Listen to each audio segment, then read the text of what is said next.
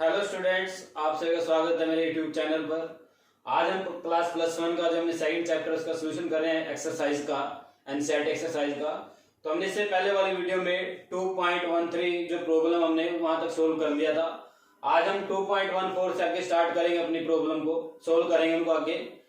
तो एक तो आप बेटा जब से मैं यहाँ पर न्यूमेरिकल करवा रहा हूँ, सोल्व करवा रहा हूँ, वीडियो बेटा कंप्लीट देखा करो। जब वीडियो कंप्लीट देखोगे तभी आपको समझ में आएगा।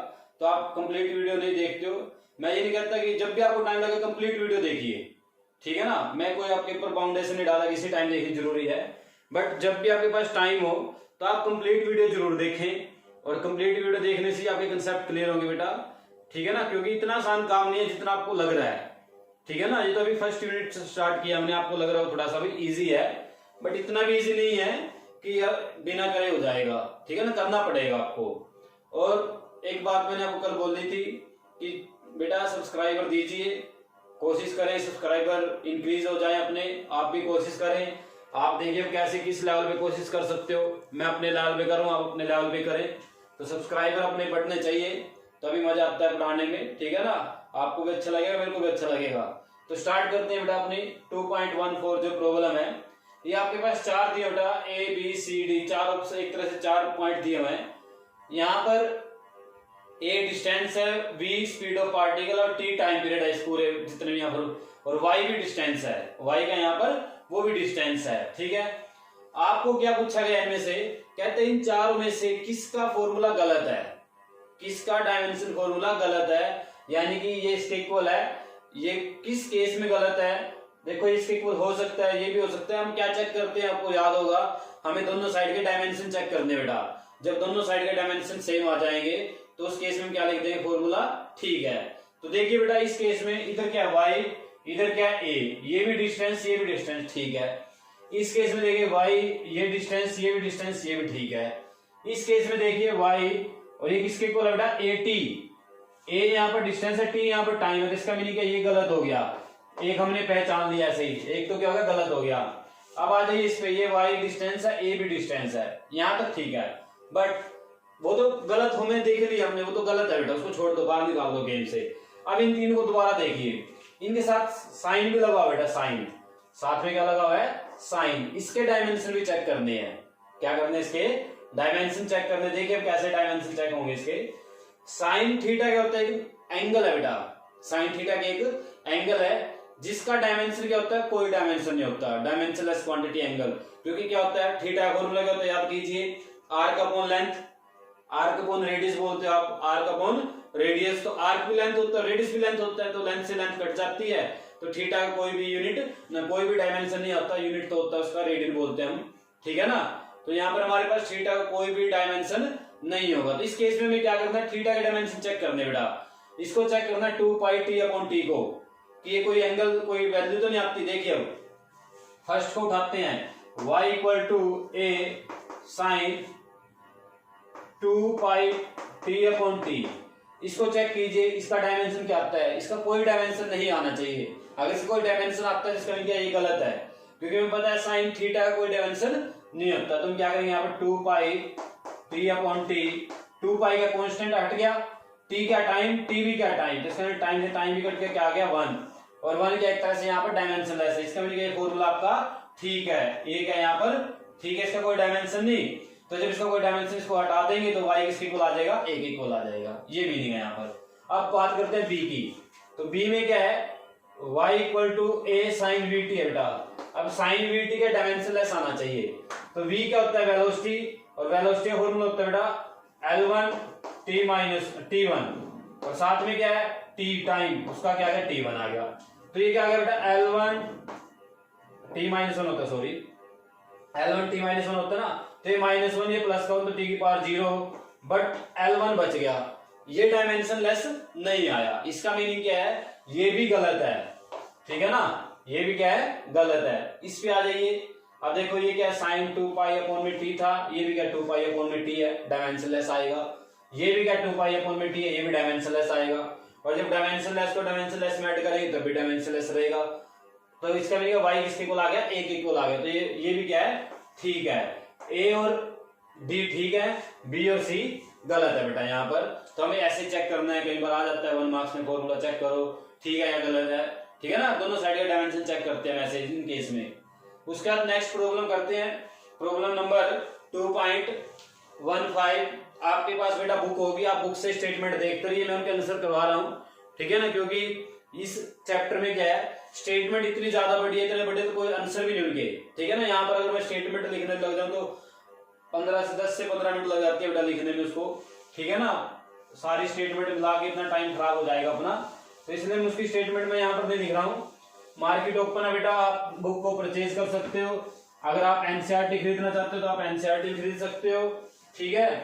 अगर फिर आपको एक्स्ट्रा काम बहुत करना पड़ेगा अगर आप एनसीईआरटी बुक खरीदोगे, या कोई आप अपने जो प्राइवेट पब्लिशर होते हैं उसकी बुक भी ले सकते हो, अगर आपको कोई पुरानी मिलती है कोई आस पड़ोस से आपकी पुरानी बुक भी ले सकते हो आप, ठीक है ना। आप अगर एनसीईआरटी से ही काम चलाना चाहते हो तो एनसीईआरटी लो, अगर आपको ठीक है थोड़ा डिटेल में चाहिए तो आप दिनेश वगैरह प्रदीप वगैरह या मॉडर्न की आती है, एवरग्रीन की, बहुत सारी बुक आती है बेटा, कोई मर्जी ले, मेरे को कोई फाउंडेशन नहीं है, ठीक है।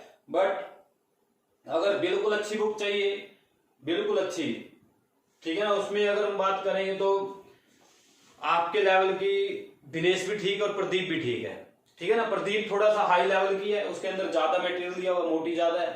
प्रदीप दिनेश थोड़ी अच्छी बुक है, लिमिटेड सा काम है, आपके लिए बिल्कुल ठीक रहेगी अगर आप लेना चाहते हो, ठीक है। उसका नेक्स्ट क्वेश्चन करते हैं बेटा, क्वेश्चन नंबर 2.15, ठीक है 2.15।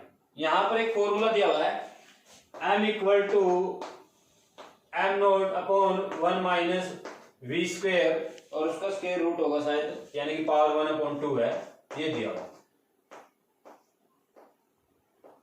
ठीक है बेटा, ये दिया हुआ है। कहता है इस फॉर्मूले को ठीक करो, इस फॉर्मूले क्या करो, ठीक करो। तो देखिए क्या होता है ऐसे क्वेश्चन में, यहां पर m क्या मास है बेटा, m क्या यहाँ पर मास है, ठीक है। यहाँ पर m नोट भी क्या मास है। ये फॉर्मूला आपको मैं बता देता हूँ किस चीज का, ये बड़ा अच्छा फॉर्मूला है, एल्बर्ट आइंस्टाइन ने दिया था, इसको बोलते हैं बेटा थ्योरी ऑफ रिलेटिविटी। इसका मीनिंग क्या आता है, जो फॉर्मूला आप कहीं पर हायर क्लासेस में पढ़ेंगे, ये फॉर्मूला क्या होता है, ये हमें बताता है कि जब हम स्पीड में होते हैं तो हमारी बॉडी का मास बढ़ जाता है, जब हम स्पीड में होते हैं, ठीक है ना।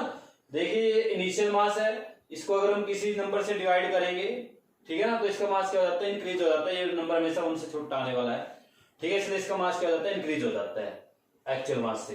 तो ये कंसेप्ट है, चलो वो तो बाद की बातें हैं। यहाँ पर v क्या है, वेलोसिटी,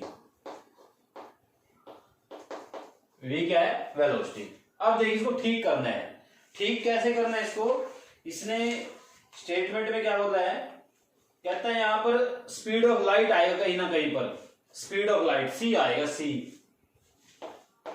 c को इंट्रोड्यूस कराओ इस फॉर्मूले में, कहां पर लगाना चाहिए हमें। देखिए अब m क्या होता है, मास, ये भी मास, ये बिल्कुल ठीक ठाक थे बेटा, ये दोनों बिल्कुल ठीक थे।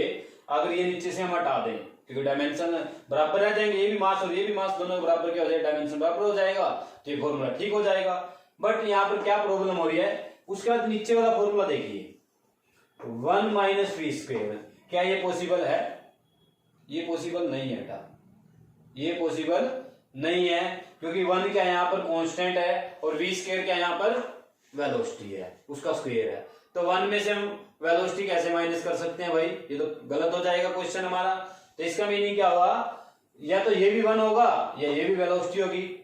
तो हमें क्या करना है, c को इंट्रोड्यूस करवाना है, ठीक है। तो c को इंट्रोड्यूस हम कैसे कराएंगे, यहाँ पर इसके नीचे लगा देंगे बेटा c स्क्वायर। अब वेलोसिटी की यूनिट से वेलोसिटी की यूनिट कट जाएगी, डायमेंशन लेस आ जाएगा, और आपका 1 में से एक तरह से 1 माइनस हो जाएगा, तो डायमेंशन लेस बन गया, m इक्वल टू m आ गया, आपका आंसर ठीक आ गया। तो इसका मीनिंग क्या हो, यहाँ पर किसके नीचे लगाना है, v square upon c square लगाना था। तो आपका करेक्ट फॉर्मूला क्या हो जाएगा, m equal to m naught upon 1 minus we square upon c square, उसका रूट। ये आपका करेक्ट फॉर्मूला इस क्वेश्चन के अंदर, ठीक है, 2.15 जो प्रॉब्लम है, ठीक है। अब आप यहाँ पर इसको बता भी सकते हो, अपनी लैंग्वेज में समझा सकते हो, it is a dimensionless quantity 1, so v square upon c square is also a dimensionless quantity, so they can subtract from each other, इसलिए उनको माइनस कर सकते हैं दूसरे में से, इसलिए यहाँ पर क्या किया हमने v square upon c square लगा दिया बेटा, ठीक है, समझ में आया। अगर आप यहाँ पर c square लगाते ठीक है, कईयों का दिमाग होता है, खराब तो नहीं बोलूंगा मैं उसको, कोई खराब होता है दिमाग, ठीक है, कईयों का ज्यादा चलता है, ठीक है। दिमाग देखो बेटा दो तरह का चलना होता है, एक तो दिमाग चलता है, एक तो दिमाग चल गया, ठीक है ना। अब आपको देखना आपका दिमाग कैसा है, चलता है चल गया, ठीक है, आपको पता है दोनों का मीनिंग क्या होता है, तो आप थोड़ा ध्यान से रखें अपने आप को। देखिए अगर आपने यहाँ पर लिख दिया सी स्क्वायर माइनस वी स्क्वायर, अब ऊपर लिख दिया एम, अब ये फॉर्मूला क्या बना, एम मास है, वेलोसिटी में से वेलोसिटी माइनस करेंगे तो वेलोसिटी तो नीचे बचेगी, इसका मीनिंग क्या हुआ, ऊपर फिर से हमें सी स्क्वायर लगाना पड़ेगा ताकि उस वेलोसिटी से ये वेलोसिटी कट जाए, बट इसका रूट है तो उसका भी रूट कर देंगे, तो अपना फॉर्मूला क्या आ जाता है उस केस में, m c upon c square v square उसका रूट। ये भी फॉर्मूला ठीक है, इसको गलत मत मानना, इसका रूट एलसीएम ले लो, यहीं पर करो, अभी देखो C square minus we square, C square ऊपर चला जाएगा, उसका स्क्वायर और उसका रूट कट जाएगा, ऊपर सी लग जाएगा, दोनों एक ही फॉर्मूले हैं, गलत नहीं है कोई सा भी, ठीक है बेटा, ये भी ठीक है ये भी ठीक है, ये उनके लिए जिनका दिमाग चलता है, ये भी उनके लिए जिनका दिमाग चलता है, ठीक है, दोनों का सेम दिमाग चलता है बेटा। उसके बाद प्रॉब्लम नंबर 2.16 करेंगे, इसको स्क्रीनशॉट लीजिए, इसका उतारिए, इसको समझिए, ठीक है, जितना आप समझेंगे उतना आपको आएगा, याद मत करना बेटा, याद करोगे तो फंस जाओगे कहीं ना कहीं पर, और जो फंस गया समझ लो वो गया घर, ठीक है ना, उसकी तो जिंदगी खराब हो जाएगी, इसलिए फंसना नहीं कहीं पर भी, आगे निकलते रहना है। उसके बाद हम बात करते हैं क्वेश्चन नंबर 2.16 में क्या दिया हुआ हमें, the unit of length convenient on the atomic scale is known as angstrom. Angstrom का मीनिंग होता है बेटा ए के ऊपर ऐसे जीरो लगी होती है, ये एंगस्ट्रॉम का सिंबल होता है, इसकी वैल्यू क्या होती है, यूनिट है एक तरह से लेंथ की, और इसकी यूनिट क्या होती है 10 की पावर -10 मीटर, इसकी वैल्यू होती है 1 एंगस्ट्रॉम की, ठीक है बेटा, 1 एंगस्ट्रॉम की वैल्यू कितनी होती है 10 की पावर माइनस, ये दिया हुआ स्टेटमेंट है, बड़ा अच्छा है ये, ऐसी बात नहीं है, अच्छा है ये बुक वाला, पेपर में भी ऐसे आएगा, दिया हुआ है बुक में। उसके बाद क्वेश्चन क्या पूछा है, the size of A hydrogen atom is about 0.5 angstrom, size of atom, size of atom is 0.5 angstrom, ठीक है बेटा, कितना है 0.5, 0 पॉइंट भी है यहाँ पर बेटा, ठीक है, 0.5 एंगस्ट्रॉम है, इसका मीनिंग मीटर में कितना आ गया बेटा 0.5 10⁻⁻10 मीटर बन गया, बड़े इंटेलिजेंट हो आप, समझ में आ गया होगा आपको। साइज दिया भाई, अब साइज क्या होता है, अब एटम क्या होता है एक पॉइंट माना जाता है बेटा, सर्कुलर होता है, तो इसका मतलब उसकी रेडियस दी हुई है, तो डायमीटर दिया हुआ है, तो एक तरह से क्या है डायमीटर है उसका, तो रेडियस कितना आ जाएगा 2 से डिवाइड कर दो 0.5 को, तो 0.5 में 2 इंटू 10⁻⁻10 मीटर, तो ये क्या हुआ इसका रेडियस आ गया। कहता है वॉल्यूम निकाल दिए, what is the total atomic volume in 1 metre cube, metre cube में निकालना इसलिए हमने मीटर में बना दिया इसको, पहले बड़े मैंने कहा आपका इंटेलिजेंट हो आप, of A mole of hydrogen, 1 मोल का निकालना है, कितने का निकालना है 1 मोल का, तो आप क्या करो एक एटम का वॉल्यूम निकाल लो, तो एक एटम क्या स्फीयर होता है अंदर से भरा हुआ है, तो एक एटम का वॉल्यूम ऑफ 1 एटम बोले तो 4/3 pi r cube, 4/3 pi r cube, तो 4/3 पाई बोले तो 22/7, आर क्यूब बोले तो 0.5/2 इंटू 10⁻⁻10 और उसका क्यूब कर डालो, ठीक है, ये आ गया एक एटम का वॉल्यूम। आपको किसका निकालना है 1 मोल का। अब आप मेरे से ज्यादा इंटेलिजेंट है, फिर से भी बात आ जाती है क्योंकि आपको केमिस्ट्री भी आती है, मेरे को केमिस्ट्री नहीं आती है, तो आपको पता है 1 मोल में कितने मॉलिक्यूल होते हैं, कितने एटम होते हैं बेटा 1 मोल में 6.022 इंटू 10⁻23 कुछ ऐसे ही होता है शायद, है ना, मैं देख लेता हूँ, आप बताते हो भाई, मेरे को नहीं आता है, ठीक है,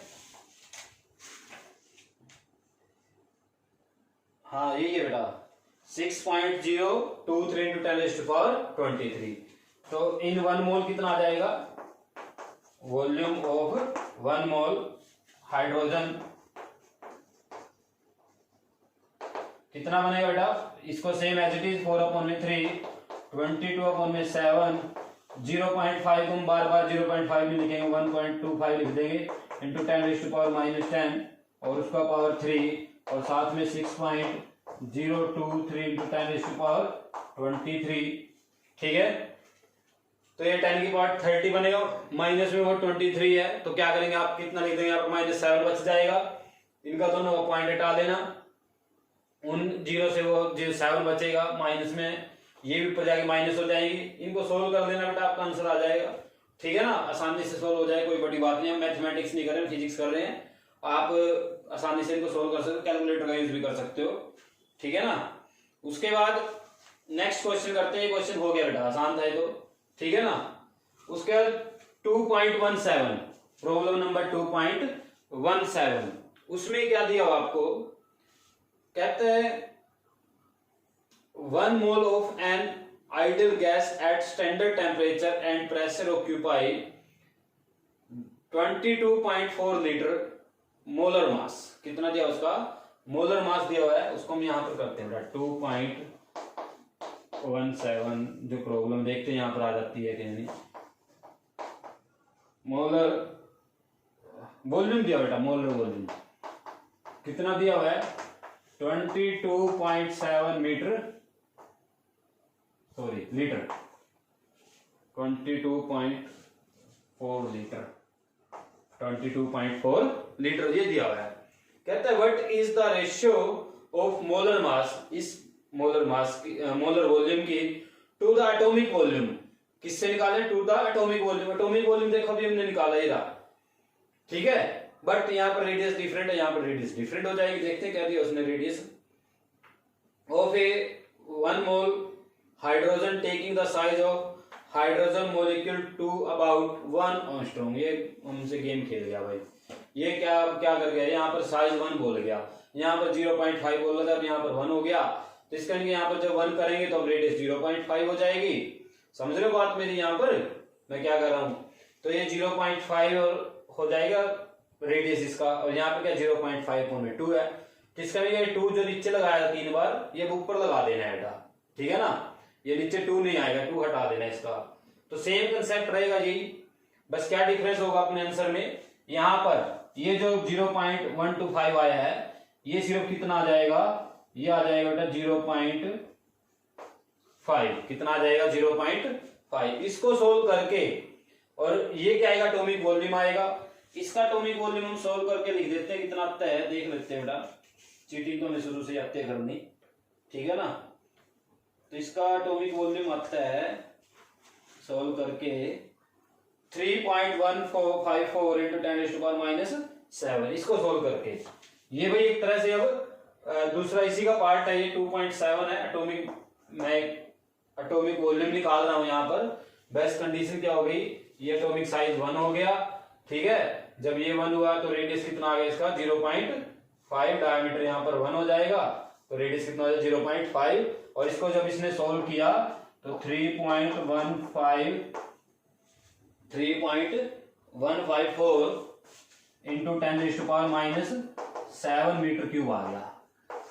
ठीक है बेटा, ये वॉल्यूम आ गया, एटॉमिक वॉल्यूम आ गया। कौन सा वॉल्यूम आ गया, एटॉमिक वॉल्यूम।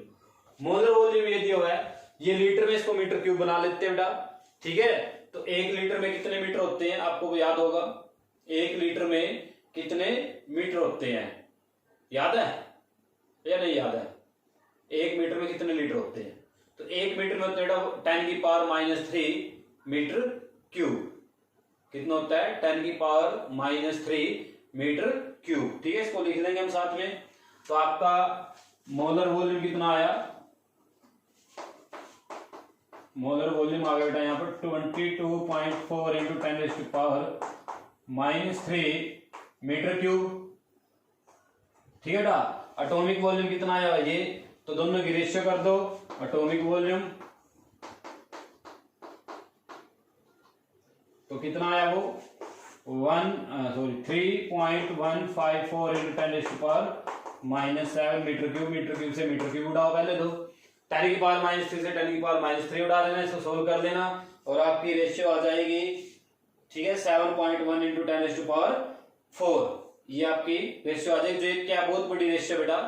इसका मीनिंग क्या होगा, जो मोलर मास है वो एटॉमिक मास से बहुत ज्यादा बड़ा है, ये दिखा रहा है ये। ठीक है ना, इसको सोल्व करके कितना आया, मोलर वॉल्यूम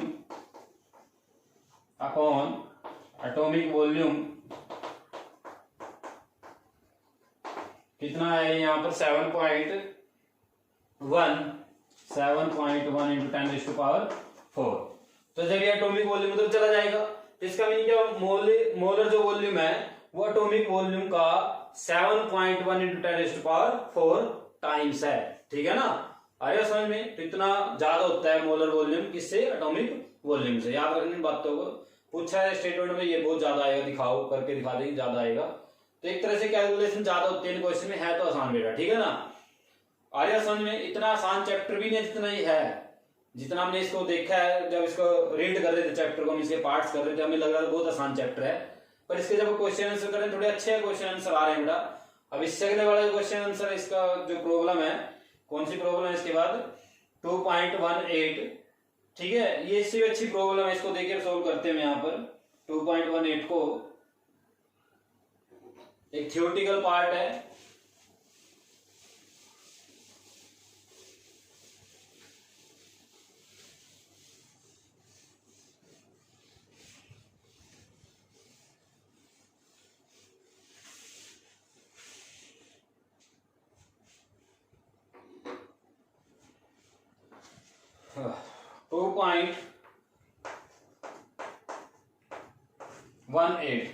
तो 2.18 में क्या कहता है ये, आप बस में तो जाती ही होंगे, कभी ना कभी बस में बैठे होंगे।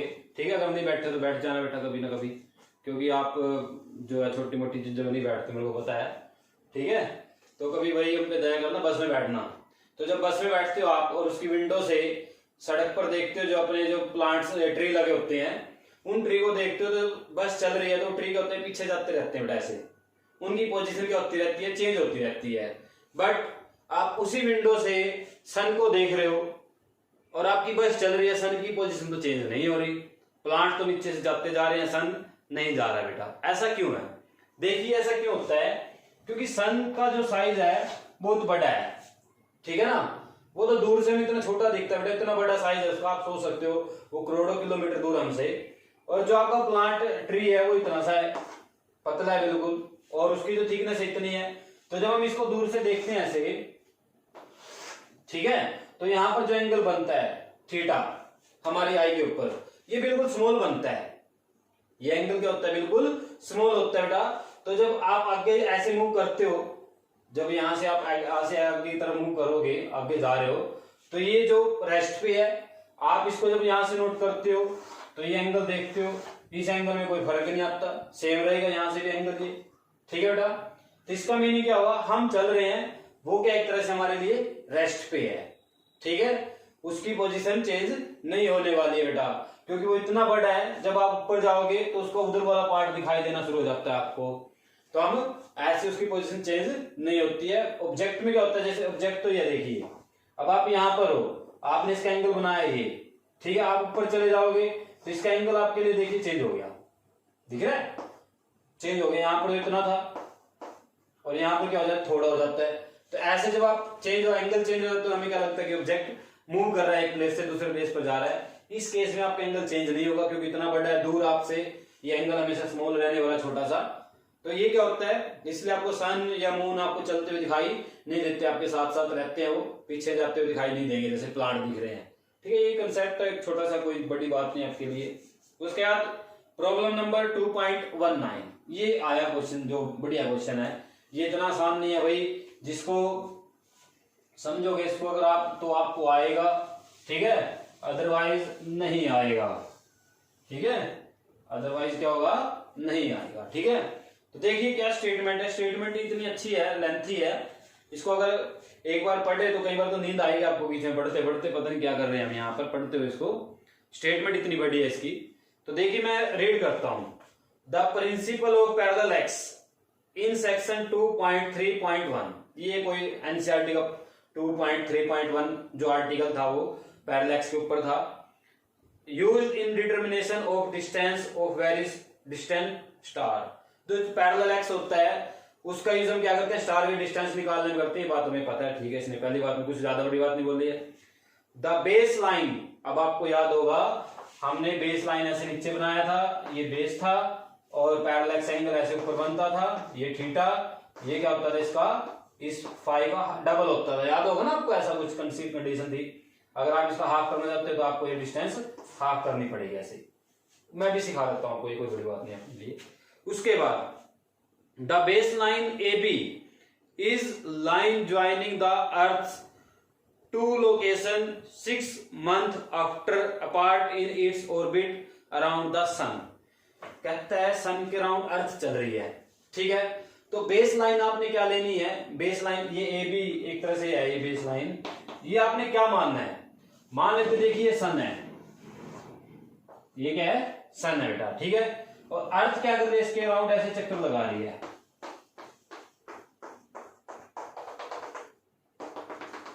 भाई ध्यान से समझना, क्वेश्चन बड़ा अच्छा है, ठीक है ना। बिना समझे नहीं, अगर रट्टा मारेंगे कोई फायदा नहीं उसका, आप ध्यान से समझिए। ये इसका अर्थ का ऑर्बिट है और ये मान लेते हैं यहां पर अर्थ है, ठीक है। ई से लिख लेते हैं, कैपिटल ई से, अर्थ है ये। अब मेरे को ये बताइए 6 month बाद अर्थ कहां पर पहुंच जाएगी, 6 month बाद इधर पहुंच जाएगी, ठीक है। इस लाइन को, ये जो ऑर्बिट बना है इसका डायमीटर आ गया, ये क्या है इसका डायमीटर, इसको बेस लाइन मानना है, मान लिया ए बी, मान लिया इसको बेस लाइन। अब उसके बाद आगे बढ़ते हैं, देखते हैं क्या कहता है। ये बात क्लियर हुई कि जो 6 month के बाद जो अर्थ की पोजीशन है उधर जाएगा, तो चला जाएगा। उसके बाद कहता है that is the base line is about the diameter of earth orbit 3 × 10⁻11, यानी कि ये जो डायमीटर है कितना बेटा, 3 × 10⁻11 मीटर। नियरली बोला है इसने, ठीक है ना, डी, ठीक है। डी कितना है, 3 × 10⁻11 मीटर। अब क्या कहता है, however even the nearest star are so distant that with such a long baseline they show parallax only of the order 1 second of the arc or so on. A parsec is convenient unit of length on the astronomical scale, ठीक है। यहां पर जो parallax angle बन रहा है बेटा, कितना बन रहा है, पैरेलैक्स एंगल जो है 1 सेकंड बनता है बेटा, कितना बनता है, 1 सेकंड, ठीक है। पैरेलैक्स एंगल किसके साथ एंगल बना हुआ है, वो ये जो अपनी बेस लाइन थी ए बी, ये क्या है, ए बी बेस लाइन है।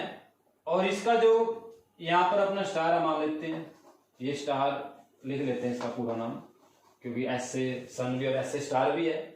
तो ये जो यहां पर एंगल बना है इसे, ये वाला angle opposite to base line, ये कितना बना यहां पर,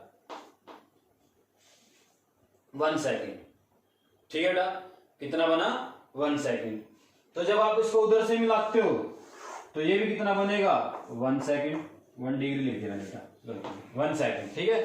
कितना बनता है, 1 सेकंड, ठीक है। अब आपको पता है ये एंगल कितना बनेगा, 1 ये और 1 ये 2 हो जाएगा, तो इसका हम हाफ कर लेते हैं ऐसे। तो ये एंगल कितना हो गया, 1 सेकंड। ये लाइन कितनी हो गई, डायमीटर कितना था बेटा, 3 × 10⁻11, तो ये लाइन कितनी हो जाएगी, 1.5 × 10⁻11। और आपको ये डिस्टेंस निकालनी है अर्थ टू स्टार, क्या निकालनी है, अर्थ टू स्टार। ये डिस्टेंस आप आसानी से यहां से निकाल सकते हो। कैसे निकालोगे, आपको पता है थीटा क्या होता है बेटा, लेंथ ऑफ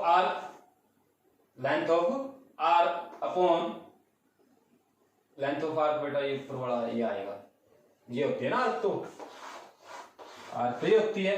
तो आर्क की लेंथ कितनी आ जाएगी, 1.5 × 10⁻11 अपॉन लेंथ ऑफ आर्क कितना माना है हमने यहाँ पर, एल, जो निकालना आपको। अब देखिए एल कैसे निकालेंगे, थीटा अपॉन में, थीटा कितना दिया हुआ है, 1 सेकंड, तो 1.5 × 10⁻11 अपॉन में एल, एल इधर ले आओ, तो ये आ गया बेटा 1.5 × 10⁻11 1 सेकंड। अब 1 सेकंड किसके इक्वल होता है, देखिए या वहां पर करवाया होगा प्रैक्टिकल यूनिट ऑफ मेजरमेंट, ठीक है ना, प्रैक्टिकल यूनिट्स ऑफ मेजरमेंट, उस टॉपिक में सारे मैंने आपको बताए हुए हैं। तो यहाँ पर रिलेशन क्या है हमारे पास, डिग्री में और रेडियन में और मिनट में, क्योंकि एंगल हम रेडियन में मेजरमेंट करते हैं। तो हमारे पास वो रिलेशन था यहाँ पर लिखा हुआ है, जो कि है, देखिए ये डिग्री आ गया, और डिग्री में क्या होता है, पाई अपॉन 180 रेडियन। ठीक है, तो इसका मीनिंग क्या हुआ, एक सेकंड किसके इक्वल हो गया, 1/60 into 60 into pi upon 180 radian. तो आप एक सेकंड को हटाओ और यहाँ पे इसको रखो 1.5 into 10⁻11 upon 1/60 into 1/60 into pi upon 180। और जब इसको सोल्व करते हैं तो ये किसके इक्वल आएगा, 3.1 10⁻16, 3.1 इंटू 10⁻16। और ये किसके इक्वल होता है, पर सेक। ये भी एक यूनिट थी लेंथ इसकी डिस्टेंस की। तो एल कितना आ गया, 1 पर सेक। और ये आपको बताना था कि जब स्टार अर्थ के साथ, ठीक है ना, बेस लाइन कितना लेना आपने, उसका डायमीटर लेना है, ठीक है, तो एंगल कितना बनाएगा, 1 सेकंड बनाएगा। तो अपना जो अर्थ और स्टार के बीच की डिस्टेंस कितनी आएगी, 1 पर सेक आएगी। ये बताना था आपको, पता होना चाहिए 1 पर सेक होता है 3.1 इंटू 10⁻16। तो ये अपना प्रूव हो गया। थोड़ा कंसेप्ट वो समझने का था कि क्या बोल रहा है, इतनी बड़ी स्टेटमेंट लिखी हुई है। ठीक है, तो ये आपका क्वेश्चन ऐसे करना बेटा आपने, बड़ा अच्छा क्वेश्चन है, इंटरेस्टिंग है, एक बार समझ लो, ध्यान से देख लो इसको, मैंने क्या क्या किया हुआ है, दोबारा समझा देता हूं। अर्थ लिया, एक बार इधर 6 मंथ बाद उधर लिया, इसको बेस लाइन मानना, ठीक है। इसने बोला कि 1 सेकंड एंगल जो बन रहा है बेस लाइन के साथ अपोजिट साइड में जो डिस्टेंस बना रही है, वो कितना, 1 सेकंड बना रही है बेटा। तो ये क्या हो जाता है, उसका डबल हो जाता है। तो मैंने क्या किया, इसको हाफ कर दिया, हाफ करने से यहाँ पर 1 सेकंड आ गया। ये क्या हो गया बेटा, लेंथ, आपको पता ही है। तो ये क्या होती है, इसकी डायमीटर था, इसका रेडियस हो गया एक तरह से 1.5 10⁻11। तो ये ऐसे एक सेक्टर बन गया, जब आप 10th क्लास में पढ़ के आए हो, सेक्टर बन गया एक तरह से ये। तो थीटा फॉर्मूला क्या होता है, आर्क अपॉन लेंथ।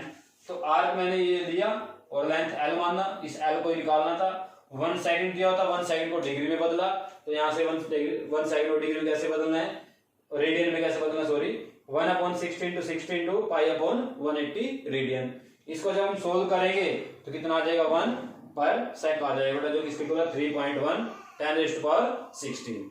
तो ये क्वेश्चन आपने ऐसे ही करना था। ये क्वेश्चन था 2.19, इसको नोट कीजिए। उसके बाद 2.20 करेंगे।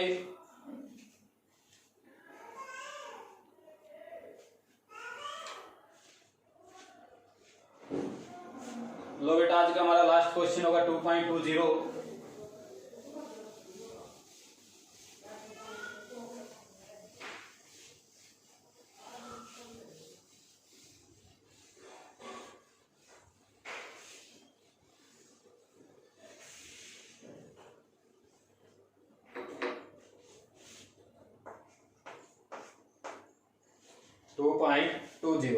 देखिए, the nearest star to our solar system is 4.29 light year away. कहता है जो हमारे सबसे नियरेस्ट स्टार है उसकी डिस्टेंस कितनी है हमसे, डिस्टेंस ऑफ नियरेस्ट स्टार कितना दिया बेटा उसको, वो दिया 4.29 लाइट ईयर। कितना दिया, 4.29 light year away. How much is this distance in metre in term of parsec. कहता है ये डिस्टेंस पर सेक के यूनिट में कितनी होगी, ठीक है। तो पर सेक में यूनिट कितनी होगी, पहले तो हम क्या कर लेते हैं, इसको मीटर बना लेते हैं। क्या बना लेते हैं बेटा, मीटर। तो 1 लाइट ईयर में कितने मीटर होते हैं, शायद 9.45 इंटू 10⁻, कितना था आपको याद होगा, ठीक है, वो था बेटा 10⁻15। क्या होता है, 4.29 इंटू 9.54 10⁻15। ये आ गया जी मीटर में। किसमें आ गया, मीटर में। बट ये कहता है पर सेक में निकालो जी। किसमें निकालो, पर अभी किया हमने 1 पर सेक किसके इक्वल था, अभी सोल्व किया हमने, कितना है, 3.1 इंटू 10⁻16 मीटर था शायद, कितना था, 3.1 इंटू 10⁻16 16 मीटर। ठीक है बेटा, यही था। ठीक है, बिल्कुल अपनी बात। अब हमने क्या करना है, मीटर को पर सेकंड में लेके आना है। तो मीटर की वैल्यू कितनी आ गई यहाँ से 1/3.1 × 10⁻16 पर सेकंड। ठीक है, ये किसके इक्वल आ गया 1 मीटर के। समझ में आया सभी को? ठीक है, अब आपने क्या करना, देखिए यहाँ से इस मीटर को हटा देना है और ये लगा देना है, तो आपकी यूनिट कन्वर्ट हो गई। तो इसका मिल गया 4.29 × 9.54 × 10⁻15 मीटर हट गया, और साथ में क्या लग गया 1/3.1 × 10⁻16 पर सेकंड। ठीक है बेटा, साथ में क्या आ गया, इसको डिवाइड कर लेंगे और सोल्व कर लेंगे। नियर अबाउट 10⁻15 और 16 तो आपस में कैंसिल हो गए, 10 बचे नीचे, उसको ऊपर ले जाएंगे, माइनस हो जाएगा, और सबके पॉइंट हटा के माइनस डिवाइड करके अपना आंसर आ जाएगा, जो कि 1.323 पर सेकंड आएगा। कितना आएगा 1.323 पर सेकंड। ठीक है बेटा, ये आपका आंसर आ जाएगा नियर अबाउट इतना ही। अब उसके बाद कहता है ये, अभी क्वेश्चन खत्म नहीं हो अपना, आगे क्या कहता है ये, आगे बोलता है how much parallax would this star name Alpha Centauri. Star का नाम क्या है, अल्फा सेंचुरी है। ठीक है बेटा, show when view from two location of earth 6 months apart in its orbit around the sun. कोई क्वेश्चन आ गया सेम बेटा, डिस्टेंस हमने उसकी निकाल ली पर सेकंड में, कितनी आई 1.323 पर सेकंड आ गई। अब कहते हैं कितना पैरालैक्स एंगल कितना बनाता है पैरालैक्स का, जब इसको हम अर्थ की दो लोकेशन से देखेंगे, कौन सी होगी ऑर्बिट में किधर, और 6 मंथ बाद उधर। सेम वही क्वेश्चन आ गया। मैं इसका डायग्राम छोटा सा फिर से बना देता हूं। ये मान लेते हैं सन है, और ये यहां पर अर्थ है बेटा। ठीक है, यहां पर भी अर्थ है। आपको याद होगा ये डिस्टेंस कितना हो गया टोटल, डायमीटर का भी लिया था हमने, कितना था नियर अबाउट 3 × 10⁻11 मीटर था शायद, 3 × 10⁻11 मीटर यही था। ठीक है बेटा, 3 × 10⁻11 मीटर यही था ना अभी लिया था डिस्टेंस इसका। उसके बाद आपको क्या बोला है, ये निकालने के लिए ये थीटा, ये लेंथ कितना है, ये अभी हमने निकाल दिया, कितना है ये 1.323 पर सेकंड। ठीक है, इस पर सेकंड को क्या करो, एक बार 1 मिनट के लिए मीटर में ले लो, 1 मिनट, या इसको पर सेकंड बना लो, मर्जी आपकी, जैसा आप चाहें वैसा आप कर सकते हैं। या तो इसको मीटर बना लेना या इसको पर सेकंड बना लेना। ठीक है, इसको पर सेकंड बनाना आपके लिए आसान है या मीटर बनाना आसान है? ठीक है, पर सेकंड बनाना आसान होगा शायद आपके लिए। तो थीटा क्या आने वाला है यहाँ पर, थीटा आने वाला बेटा, ये क्या है, लेंथ है ए बी, और ये क्या है एल। तो यहां पर आ जाएगा बेटा ए बी अपॉन एल, क्योंकि आर का अपॉन रेडियस। तो आर कितना है यहाँ पर देखिए 3 × 10⁻11 अपॉन लेंथ कितना है, ये मीटर में है भाई, इसमें मीटर में है। तो ये कितना आ गया 1.323 पर सेकंड। अब आप बताइए मेरे को कौन सा बदलना पसंद करेंगे, ये मीटर बदलना पसंद करेंगे, पर सेकंड बदलना पसंद करेंगे? तो हमें पता है 1 मीटर में ये निकाला हमने 1/3 × 3.1 × 10⁻16, तो हमारे पास आएगा 3 × 10⁻11 अपॉन में 1.323। ये मीटर को हम क्या बनाएंगे, पर सेकंड बनाएंगे। 1/3.1 है ना, नियर अबाउट 3 मान लेते हैं, तो चलो आपके लिए आसान करने के लिए, तो ये आ गया। ठीक है, अब ये दोनों किसमें आ गए, ये भी पर सेकंड बन गया और ये भी पर सेकंड बन गया। अब पर सेकंड से पर सेकंड कैंसिल हो गया, क्योंकि थीटा की रेडियस यूनिट कुछ भी नहीं होती। तो इसको सोल्व करेंगे, 3 से 3, ये 10⁻11 से 11, ऊपर जाके -5, साथ में 1.32, 1 से डिवाइड होके जो भी आंसर आएगा वो आपका क्या आ जाएगा यहाँ पर एंगल। ठीक है बेटा, वो क्या आ जाएगा आपका साथ में यहाँ पर एंगल आ जाएगा, जो कितना आता है 1.5, जो कितना आता है 1.512 सेकेंड। ठीक है बेटा, ये आपका आंसर यहाँ पर सोल्व करने के बाद आपके पास आ जाएगा। ठीक है बेटा, समझ गए होंगे आप सभी। ये जितने मैंने आपको न्यूमेरिकल कराए आज आपके पास अच्छे न्यूमेरिकल थे, ठीक है। अब इसके बाद आसान है चैप्टर, कोई ज्यादा मुश्किल नहीं है, ये 2-3 न्यूमेरिकल थे जो आपको समझने थे। ठीक है, थोड़ा ध्यान से करना है इनको। उसके बाद बेटा चैनल को सब्सक्राइब कीजिए, शेयर कीजिए, और जो सब्सक्राइबर उनको बेटा बढ़ाइए, कैसे भी आपकी मर्जी है, देखिए आप क्या कर सकते हैं।